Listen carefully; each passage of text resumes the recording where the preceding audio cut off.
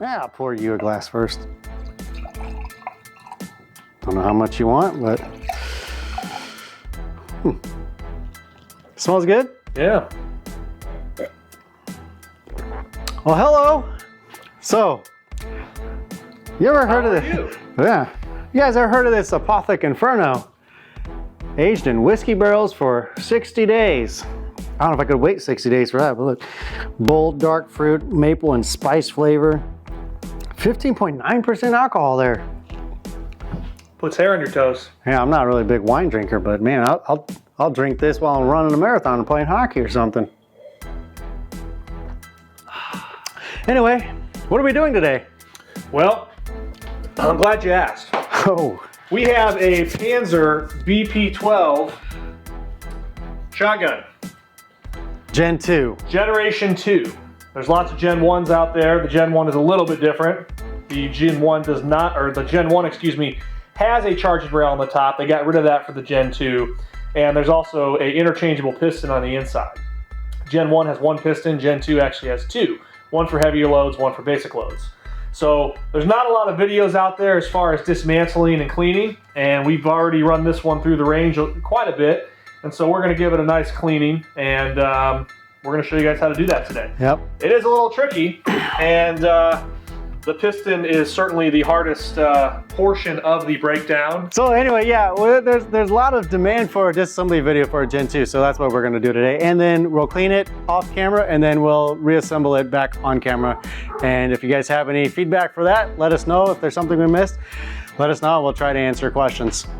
Sound good? All right. Sounds good. Let's get the show started. Giggity, giggity. What do we need today? What tools are we gonna need to use? Yeah, certainly you're going to need the two wrenches that came with the Panzer Arms BP12. Those are going to be needed for the piston breakdown. You will need both of them, so don't lose them. We found you're also going to need a crescent wrench. It's possible you may not, but it's very possible you may. It depends how dirty the gun is. Sometimes it's hard to get that piston off of the barrel if there's a lot of buildup. Yeah, so we'll show them how to use that. Absolutely. And then a rubber mallet. Now, we're not exactly sure as to what the rubber mallet is needed for. It was more or less used as a dead blow when we needed some help in that regard, whether it was pushing a bolt or whatever. So we'll see if we need that, but we have it just to be prepared. And then gloves, you know, in case you don't want to get dirty. I'm probably just gonna use my bare hands, but you know, if you want to wear gloves, it is a dirty job. That'll be me. You can wear gloves. So first thing to do, and most videos are gonna start out this way, the faux suppressor. It's not a real suppressor, it's just a fake suppressor. You're gonna want to twist that loose. Yeah, you just gotta be a man. Maybe if you had these gloves on. It definitely was some motion inside there, so I wonder if some of these parts are pretty compacted. Yep, so we have not taken it apart since we last shot it a couple times, so everything that they are seeing, we're seeing all together at the same time, so. Correct. Looks pretty clean in there, other than, you know, maybe some grime on the threads, but show you guys that a little bit. That was very tight on there. I'm a little concerned as to why that was on there so I mean, I don't think it was terrible, right? You want it to be snug, definitely, because, you know, the shotgun recoil. Than it was last time, I'll tell you that much. Yeah, maybe we got it on. And then you're going to have some pieces come out with it. You definitely want to keep track of some of these smaller pieces. So this is for the sling, basically, and the, here they are. So the sling, we'll show you guys how to reassemble this so far, but yeah, first thing, take off the faux suppressor, and the suppressor basically holds these on. That you could take off, or you could just leave on. For instance, the top sights, those don't have to come off to clean, neither does the foregrip. This back, you could just loosen the nut and move it forward. Be cautious, there's actually a smaller little nut inside the knob, and that will fall off very easily. Some people put Loctite in there. I have not done that on this weapon yet. So if you lose that little nut, you're not going to be able to put the cheek plate or the cheek riser back on. So now what we've got it right here, you know, we want to take out the charging handle? The charging handle. And this one was really hard the first time. It might be a little hard this time. So let's see if we can get it out this time. Oh, okay. So we've loosened it up. It comes out pretty handily there. And then now we need to loosen these pins. So you're going to see pins on the lower half here. You should push in from here. See how I just push with my finger? Okay, so they're coming out from that side then. Yep. There you go. All right. See if you can see that on the camera there. just push in from one side. Loaded. You know, we haven't mentioned that, but if you're watching it, you can see that. Yeah, we. Yeah. So then the lower receiver part will just slide right off. Now you do have to be a little careful with this because on this side, let's see if we can show that on camera. Basically, the hammer. The hammer is back there. We may have to take this off. Yep, and also what comes out is, I think, is the feed ramp. We'll just take it off this time. Let's do a full take down. So again, be careful of that nut that's inside there. Okay. I'm gonna put it in this tray here. Get yourself one of these magnetic trays from the old Harbor Freight. Editing, so there it goes. All right. So we're working with plastic pieces. Just be careful. So we got the adjustable cheek riser off now. And basically, if you look at this inside, I'm not too sure if there's any differences between the Gen 2 and the Gen 1. I do not remember this coming out. This is the feed ramp. That is news to me. And it goes in here like that. Okay, yeah. And so basically, this is a few times after shooting. It's not too dirty. It just has a few metal flakes in there. I'm not too exactly sure where that's from, if it's from the ammo or from the bolt. Yeah, we don't really know where the metal flakes are coming from. That is something that you're going to experience with Panzer, unfortunately. It is a Turkish-made gun. It's really popular, really fun gun, but there are definitely some fitment issues here and there. If you Google that and look at any Gen 1 or Gen 2, in my experience, I've seen a lot of people have mentioned the same thing. It's just kind of characteristic with this gun. But basically, when you want to go ahead and clean this, I think just pressurized cleaner and some compressed air basically does the job. Maybe wipe it down a little bit with a rag, a white one, and then. But for now, we'll set it aside. That's the easy part. That's the easy part. Okay. Next up. So now we take the hand guard. And that comes off pretty easily. Off the front. Again, pretty easily. What we'll end up using to clean this with is almost like, and Derek, I don't know if you still have it over here. I still have it. It's like a thick pipe cleaner you would almost use to clean your bathroom with, and that'll clean the inside of this really well. In fact, that works on ARs as well. So if anyone hasn't used that or they've wondered how can I clean the inside of my handguard, there you go. So basically, just spray it up a little bit. This will go in there, and you just nice tight fit actually. But yeah, it gets a little bit dirty. Definitely, you could probably see it on camera.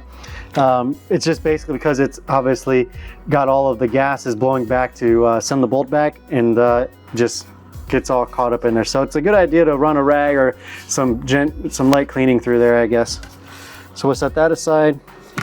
So then you've got, the main guts of the weapon here. Okay, you've got your barrel. You'll see where the faux suppressor was screwed on. There's the threads there. You always want to be careful and mindful of those because you don't want to mess those up. This here is where you've got your, what are these called, Derek? Castle nuts. Castle nuts. One's going to spin one way, one's going to spin the other way.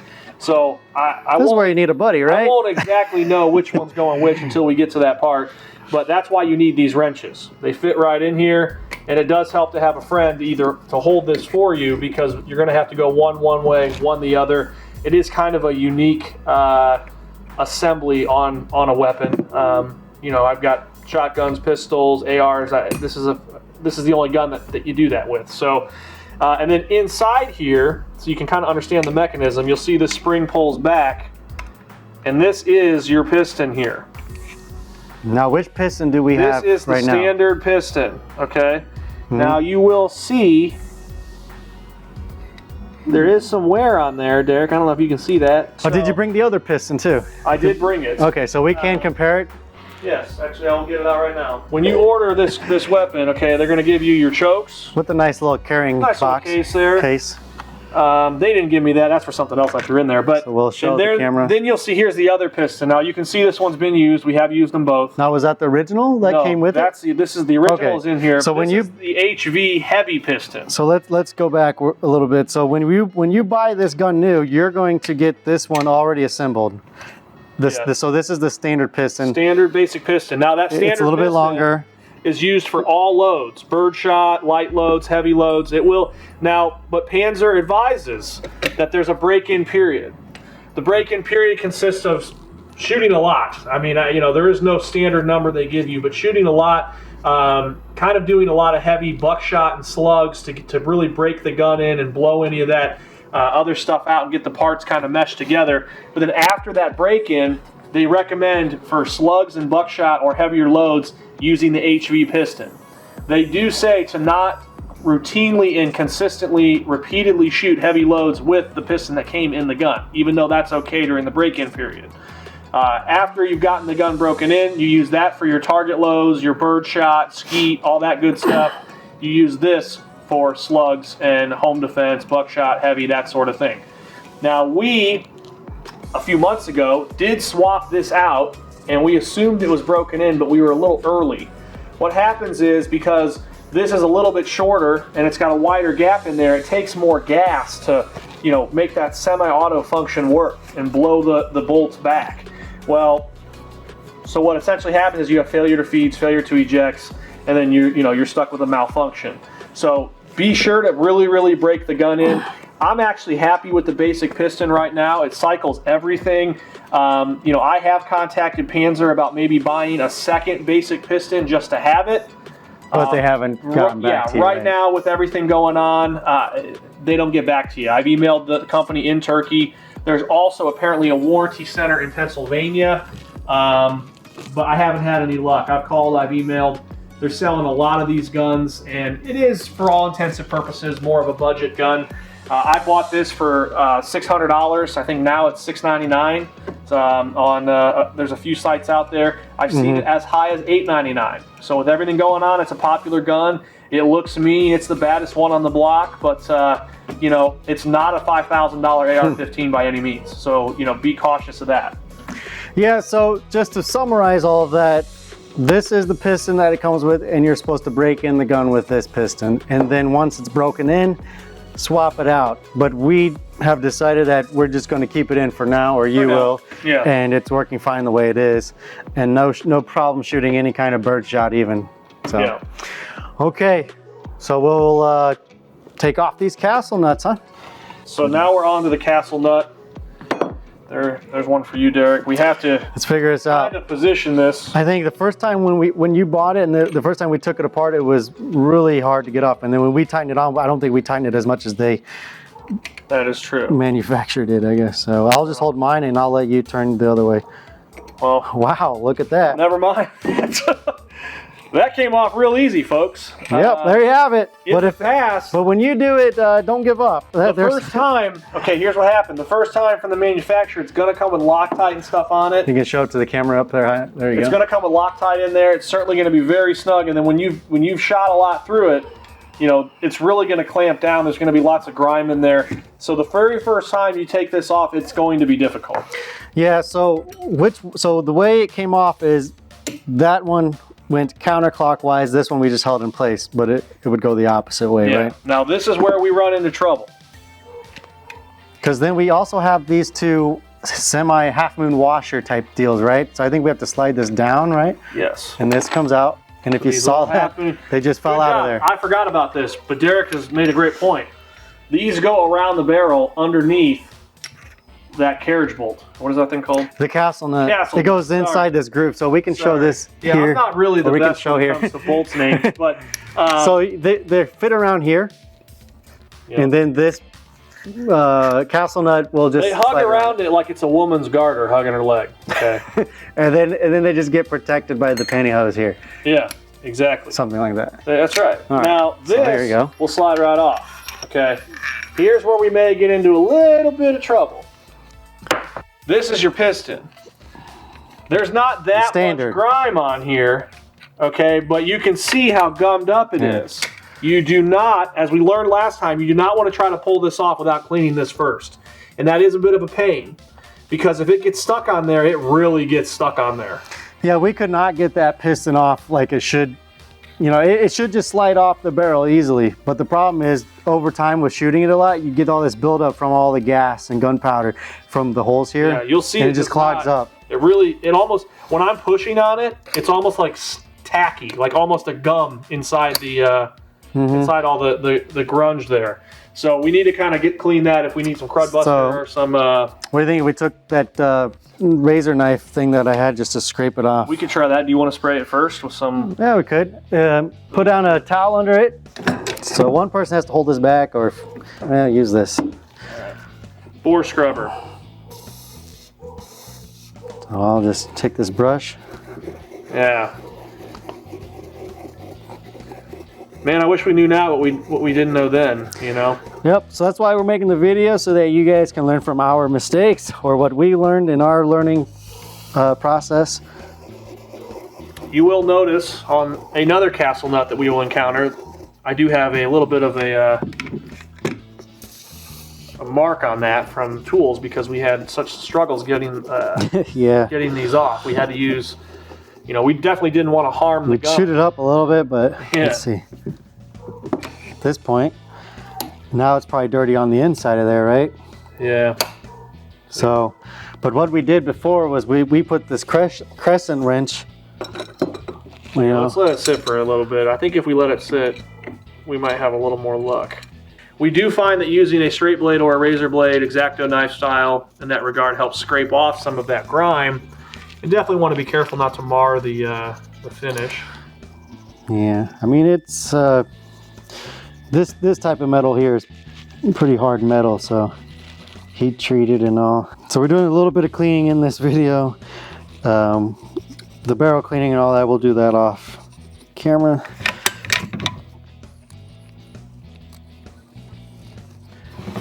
All right, almost done here on this side. I will reiterate, you know, if you are to break anything, kind of may God have mercy on your soul, because it is difficult to get in touch with Panzer, and there are no known sites that I can find where you can buy replacement parts. It's interesting because they're made in Turkey, right? But then you find all these other similar Bullpup shotguns made in Turkey as well. Oh yeah, ATI. And it's like, are they?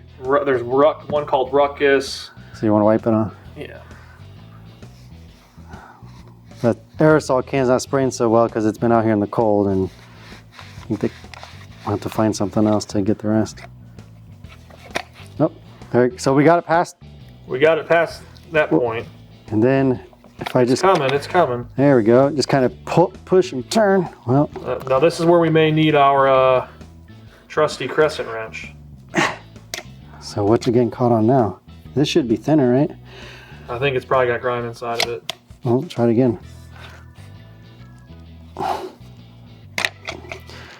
As we try to clean it a little bit, let me... Well, we got it farther than we did before. I got it. You got it off?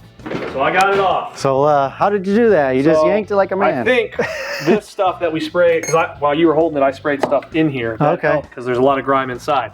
Now I'm going to show you what we had to do. We don't have to do it this time. But we'll show you what we did do. But when it was stuck on there because it was dry, it was about right here and we couldn't get it off.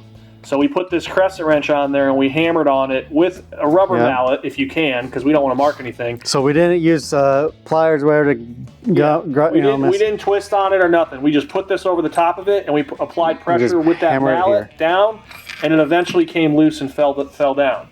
No damage was done. Now, we didn't have to do that this time, but if you're sitting there and you get one of these and you're like, what the hell is going on? How do I take it off, right?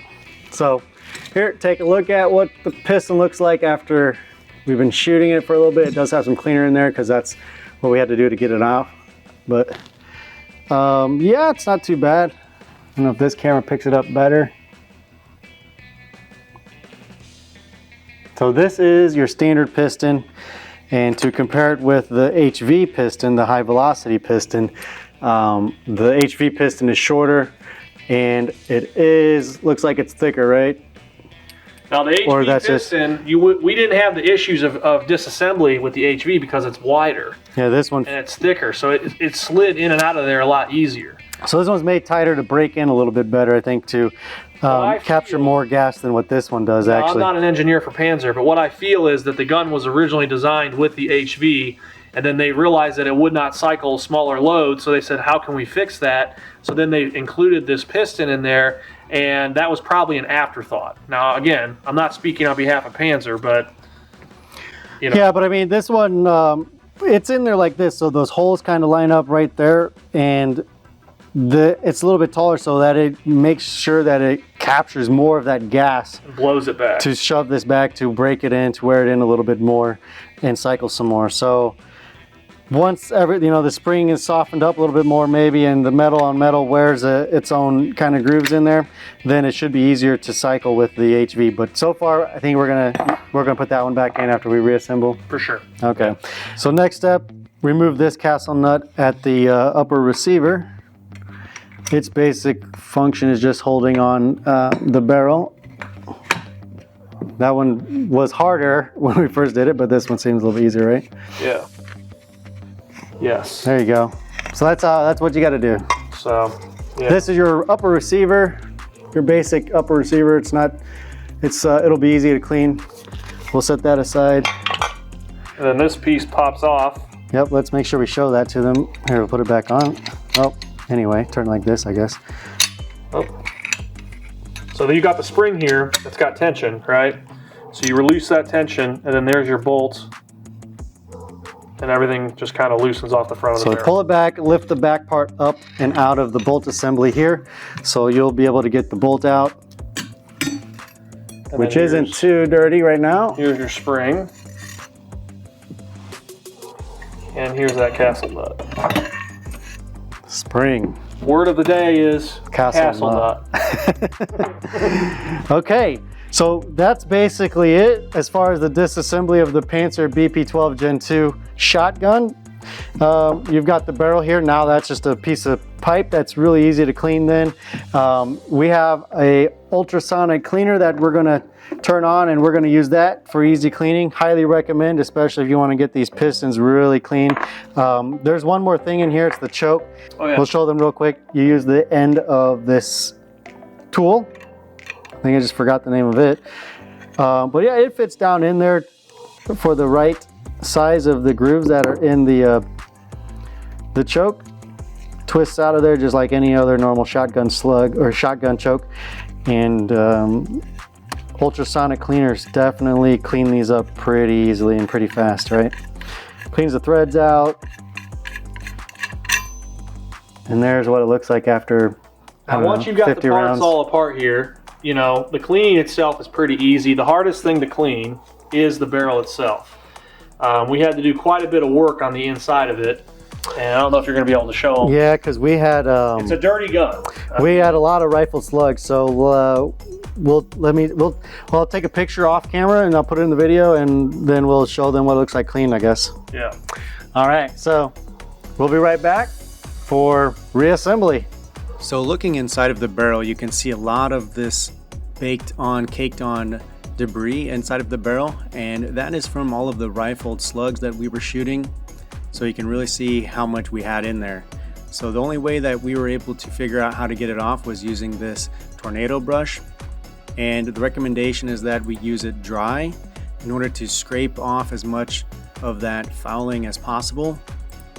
And then with this picture here that you can see the amount that we were able to get out of there with one pass, and then after multiple passes you can see how much more we were able to scrape out of there. So after we are done using the tornado brush, then we go and use our gun cleaner and brass brush and the rag with the jag on it with gun cleaner, and clean everything out of there as much as possible like normal. And then here you can see a very clean barrel with Lucas gun oil applied afterwards. So now it looks brand new. Welcome back, y'all. Well, yeah, we are back. Welcome back, guys. We just did all of this cleaning. Everything looks shiny and brand new again, and we're ready for the reassembly. I'll go ahead and put on my gloves because I don't want to get fingerprints on this gun in case this knucklehead wants to do anything stupid with it, right? That's right. Now, if you did take the gun apart with us on the first video, and then you've spent time cleaning it and you've wondered, oh my gosh, why did that take so long? Yes, this gun takes a long time to clean. So don't be discouraged, but you're going to spend some time cleaning it if you're going to use it on the regular.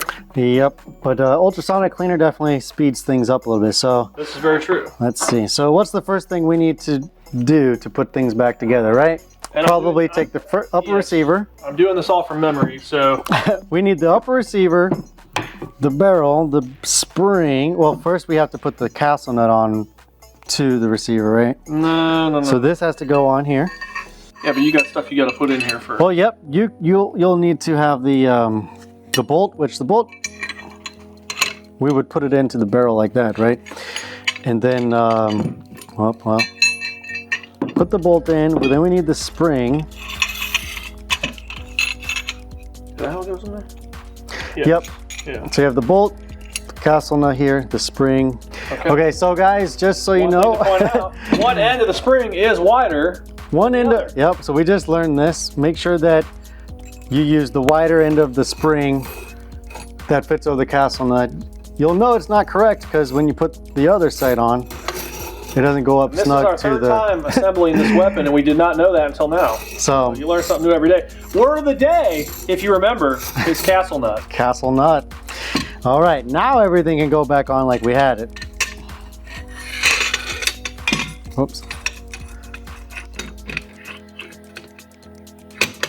There you go. Oh, well. What happened now? Because we still got to... Well, yeah, put that castle nut into the upper receiver. So if we want to show that, I guess, some of this markings on this castle nut, we're not really sure where it came from, but my guess is that it's from this sliding doohickey. Yeah, we got some wear on this. And you can see where it lines up when you tighten it. Exactly, yeah. I mean, you tighten it and it almost kind of lines up. Showed up to the camera there, I guess, there. You'll see those grooves, those gouges in there. We're not... You know, originally I thought maybe that came from us, but I don't believe so. I think it's coming from this action inside the weapon. Yeah, because then when this goes all the way back, is it hitting it? It could be. Slide it back? No? Okay. No. It's got to be something else then. Well, it could just be the blow action. I mean, you know, everyone knows blow action can be dangerous. Ruin your life. All right, it looks like he got that on there pretty snug. All right, snug fit. The next part, first we have to do these little pieces, but first the piston has to go on. So we're going to use now still the standard piston. I swear we're not drunk. All right, so this goes on this way. Remember, it's snug. You know, we did just get it on there, but it's a lot easier than when it was dirty, yeah. But yeah, you need that next because the piston's going to drive the sliding doohickey. Yeah. I mean, you could probably put this on first and then try to see if we can get... Yeah, that's true. We can put that on first and then push these back. So put this on to push the piston back a little bit and then put these half moon washers into their grooves and then let that castle nut assembly there kind of hold that in place. So word of the day, you can kind of see is castle nut. That's right. So that castle nut will hold those washers in place there. Next step. We have this next castle nut. Castle nut. Which will slide over the top. And you're going to go like this, but one's going to spin clockwise. The other one's going to go the other way. So you're going to simultaneously turn with your hands. That'll speed it up. Like so. Now, once you've got it on there, you have to use your hands or genuine accessory wrenches. I'll hold one for you. And you have to go the other way this time. Should we switch sides or? Which way? Am I going the right way or no? Well, you had to go that way. You had to push down to take it off. So now you want to tighten it. Yeah. So yeah, that's true. Switch sides with your buddy. That's right. All right. I mean, you really don't want to you don't want to torque on it too hard because remember, you ain't getting it off eventually. So yeah, I think we're gonna be pretty happy. That's pretty good. Right, I mean, I can't take it off with my hand or anything. Doesn't seem like that's moving. Okay, so now we've got everything assembled back like they should. The thing still moves. The piston here moves like it should. Yep. We're not going to put any grease or oil in there. I don't even think the manual says that. But if you did that, you're going to get a lot more, a lot of collection of dirt and grime in there because of that grease. So is there any oil that are we going to oil this gun at all? Let's drop a little bit of oil with the bolt. Yeah. In the bolt area. Wherever you kind of see some wear is where I would drop some oil. Yeah. Yeah. Nice little pool of oil there. Might have been a little bit too much there for you, eh? Want me to push back there? And just dab it up a little bit. I think that's good, I guess. I'll always use this to rub on the outside. Yep. And then, I mean, this sliding doohickey is not really grinding on this barrel, so I don't think we have a problem there. And then in these tracks here, I think is a good location where the sliding doohickey slides.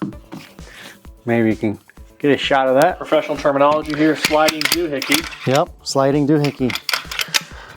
All right. And looks like that's pretty good there. It's really all we really need, I think. Yeah, it looks all right. All right. Pretty simple guys here, you know. Simple. You know, if you're a gun snob and you want to make fun of us, then just, you know, exit. We don't want you here. But, you know, we respect your knowledge. If this was your gun, do it how you want. That's right. That's right. And if you don't like this gun and it's not your thing, then, you know, go get another gun. You know, go get another one that you do like. Yeah.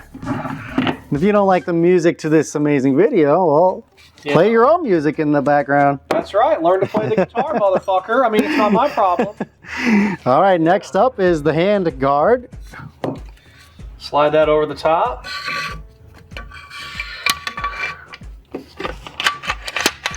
just being gentle because I guess I don't want to grind too much metal, all right? There we go. Then we got these little... We have the charging handle, which pops right into the sliding doohickey. Boom. Boom, that's now, if he were to move that back, you'll see it moves perfectly fine. Like butter. Yep.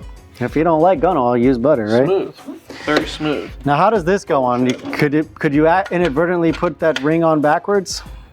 Yes, you could. So let's try to get that in the frame here. So I'll hold it down here, maybe. Hold on a second. You gotta keep it together here. There we go. Now you've got two pieces here. It's kind of tricky because nothing really holds this little piece in. Nothing holds it in. That's for the sling. This thing's got to go right in here like that. Okay. Oh. Yeah, in the back piece. So when you put this in there, it has to go this way because you can see the wear from the. You can see the wear from the fake suppressor. So this is going to fit in here like this. Like okay. So. But we got to put this in there. Here, should I show them? So put the sling in the second hole on the ring like he showed you earlier, and then the only thing that holds us in place. Suppressor. That's the only thing holding that on then. And I suppose he'll snug this on super tight like he did before because it's hard to take off. It's pretty nice when you stick it on. It makes this nice little ratchet noise. Can't wait to hear it. Into your ears.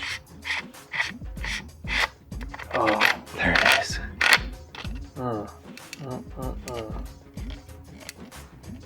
That right there, folks. That's a sweet sound. The sling mount will be a little bit sloppy, but that's how it's made. Yep, that is how it's made. We'll put some oil on there too for the finish. If you like oil. I like it. All right, what's next? So the upper is complete. The upper is now complete. Now what we've got is the lower. The lower. So you got your hammer and all that here. We got to put in the feed ramp again. Now, how should we have that what position should that hammer be in before we put it? Well, I guess now it doesn't matter because we have the cheek. Because we took off the cheek riser in the back. That's something that does get in the way. I find it easier to remove it completely. It is kind of a pain. Yeah. So now it won't be a factor. And you don't even need this on the gun. I mean, if you don't want this, you don't have to have it on the gun. But it should be easier now that we don't have that.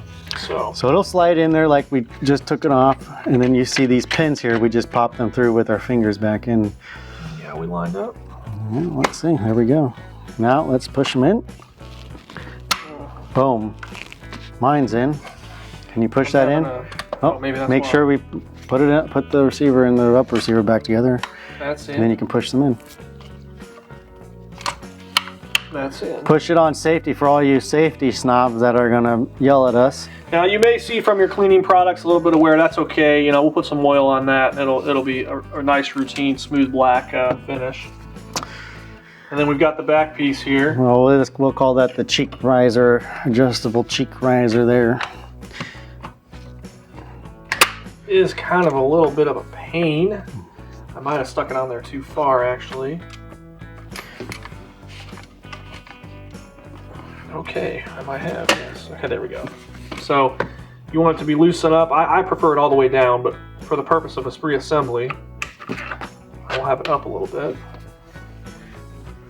You want to hold with your finger on the back of that, and then you've got this nut here with that little loose bolt, so be careful.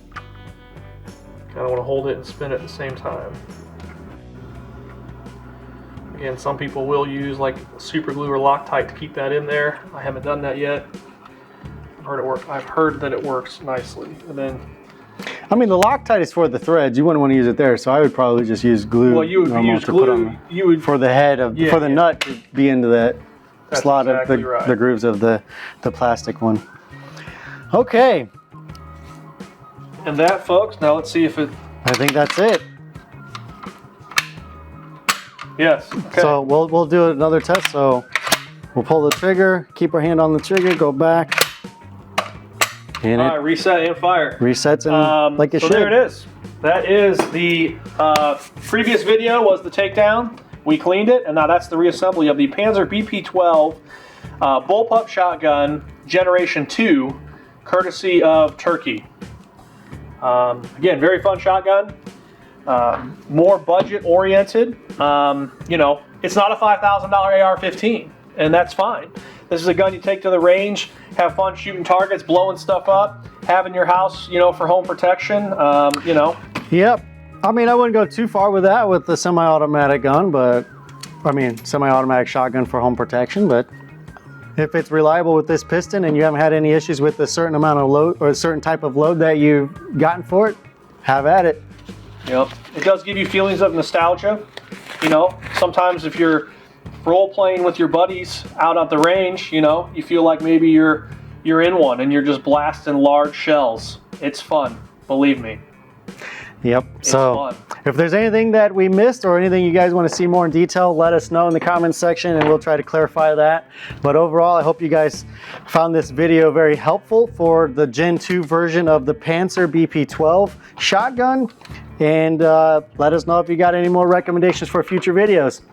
So with that, I guess we'll see you guys in the next video. Word of the day was Castle Nut. Goodbye. Castle Nut, C-A-S-T-L-E. Might want to get in the video here. I don't know if they can see you there, you know. Just, okay. Yeah. Okay. I'm in the video now. Hey. Alrighty. Drink some more of this wine, maybe. Yeah.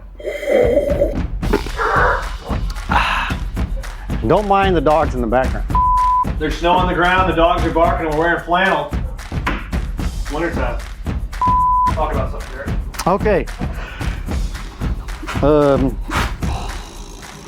I like guns. Here you go. So, Righty tighty. lefty loosey. You got it.